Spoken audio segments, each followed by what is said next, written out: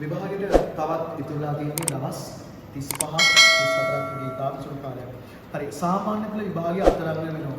දැන් ඔයාලට තියෙන්නේ කම්මැලිකම පාඩම් වැඩ කරලා නැතුව ඇති. ඉතින් මේ වැඩ කොහොමද මේ දවස් 34ට 32ට කරගන්නේ කියන මෙතඩ් එක මම කියලා දෙන්නයි අද සූදානම් වෙලා ඉන්නේ මගේ ආදරණීය දුර පුතාලට. ආදරණීය දුරපිතේ මේක මමත් පාවිච්චි කරපු ටෙක්නික් එකක්. දවස් 30කින් කොහොමද අපි අපේ රිසල්ට් එක ඒකක් වඩපත් කරගන්නේ කියන එක තමයි මම කියලා දෙන්න සූදානම් වෙලා ඉන්නේ. ඔයාලට පුළුවන් පුතේ අවුරුදු 10ක පාස් පේපර්ස් හොයාගන්න සෑම විෂයයකට. අවුරුදු 10ක පාස් පේපර්ස් හොයාගෙන ඔයා මාකින් ස්කීම් එකකුත් ළඟ තියාගන්න.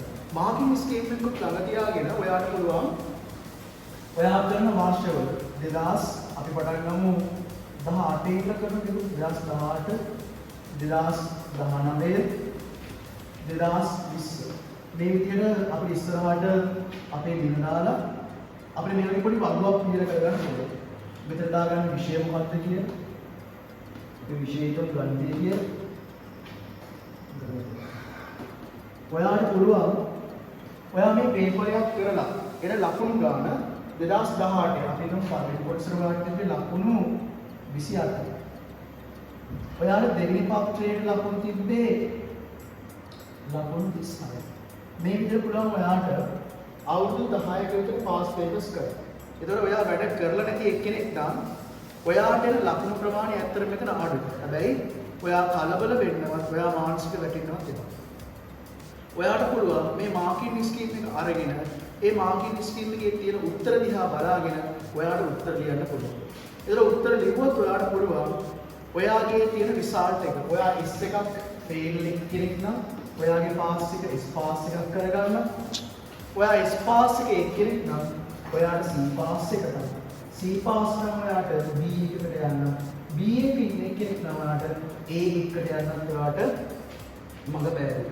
එතකොට ඔයා මේ කියන මේ ක්‍රමය අනුගමනය කරොත් ඔයාට පෙළ පොත් බලන්න කිසිදු අවශ්‍යතාවයක් නැහැ. මොකද අපි දන්නවා පෙළ පොත බලන්න ගියාට පස්සේ ඔයාට නිදිමේ පිටු දෙකක් විතර අපි ඕන පාඩම් කරන්න. පිටු දෙකක් පාඩම් කරලා අපි පොත පැත්තකට දාලා ෆෝන් එක ඔබව නේද? FB එකේ YouTube එකේ නේද? ඊට පස්සේ රටේ ලෝකයේ ඔක්කොම කරලා ෆෝන් එකේ බැටරි බැස්සට පස්සේ තමයි අපි ඔන්න ෆෝන් එක පැත්තකින් තියන්නේ.